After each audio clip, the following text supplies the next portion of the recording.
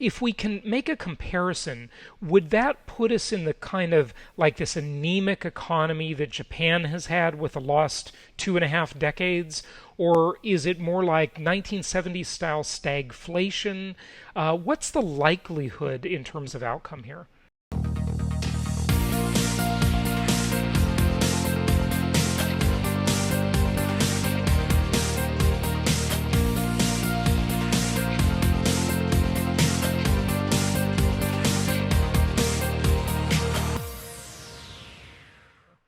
It's if we were to resort to money printing, Well, with or where we are, just where we are.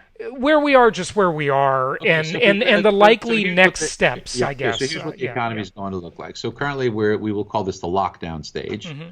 and the lockdown stage is awful, as you know. I Yeah. mean, it's devastating. There will be an interim phase, and that will be the unlockdown phase, which will probably be May 1st to the end of the year. So you probably have about 7 months of this unlockdown phase. Now, you will see a big drop in the rate of the virus cases because of seasonality. Now, just because the rays of the sun, and I am Yeah. not a scientist, so I don't know Right. exactly how this works, but there is significant evidence Yeah. that shows, Sure. and historically we know this, that as the warmer months come to the northern hemisphere, viruses Viruses tend to die. subside Yeah. and they wind up popping up in the southern hemisphere. And this is due to the tilt of the Yeah. earth as it goes around. So Sure. this much we know, and we will get, God willing, we'll get a reprieve. In conjunction with that, I believe we're very close to some of the therapeutic treatments that are there. So we'll have at least a therapeutic response to this virus, causing a little bit more free movement and a little bit more confidence. But I think we'll still be reluctant to sit in a restaurant or in a theater or at a I crowded agree. place like a bar, or certainly in schools, because that's just, that's Yeah. the way a lot of things get passed around Right. from kids that And bring it home. and concerts. I mean, it's Yeah, changed. yeah, Everything's yeah. So, changed. so Yeah. all, Jason, so Yeah. all of these things will have a difficult time until, and the reason why I said till the end of this year is because that's when it is now. Um, it is now, let's just say, promising, and a lot of evidence. I speak to a lot of people. I speak to the Cleveland Clinic every day, and it is very promising that by the end of this year we could have a vaccine. Now, of course, we'd have to get it ramped up and get a significant portion of the population. But Jason, that's what. Look, if I've got a vaccine, so we're going to be hugging each other again. Yeah. That's where you feel comfortable doing things. Right. Now, businesses don't just turn on like a flip of a switch. So, I guess if you're going to be an investor in this, or how do I look at the opportunities that are created? Well, first of all, I think the gold is a good place to be, number one, just because of all the things that are going, debt, money printing, central bank activity. So Curious about that. Are you usually like before this crisis?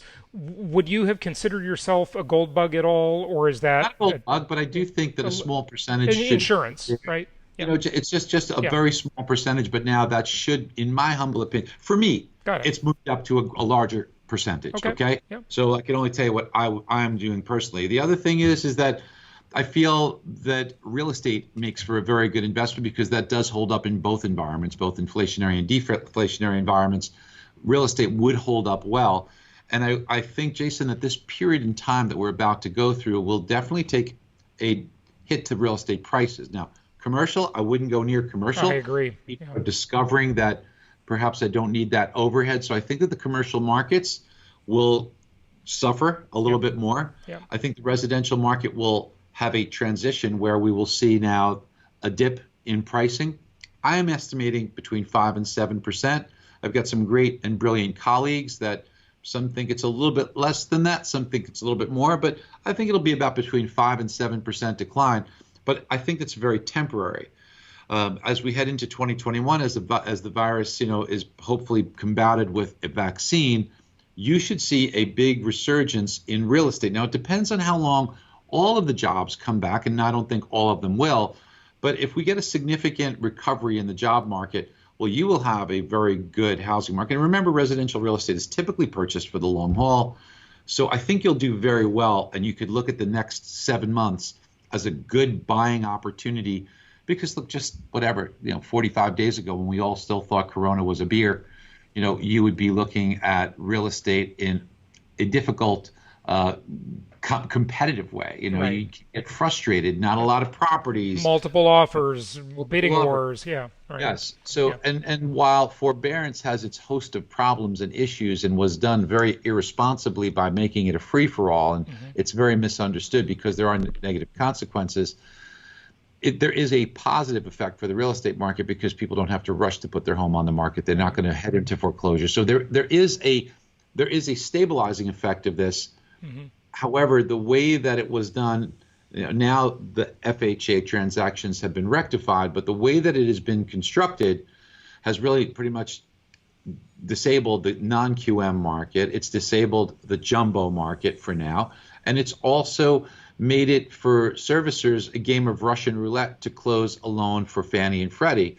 So I hope that we get some clarification and get this resolved because this is an overhang right now that's on the overall mortgage and real estate market. It was nice to see Fed Chairman Powell, who's a brilliant man, by the way, and he took action when he looked at my letter that said to not buy as much mortgage backs because you were creating all these margin calls and destabilization of the mortgage market. So he really wants to help, but he gave a nod to the mortgage and housing market, saying how critical it was.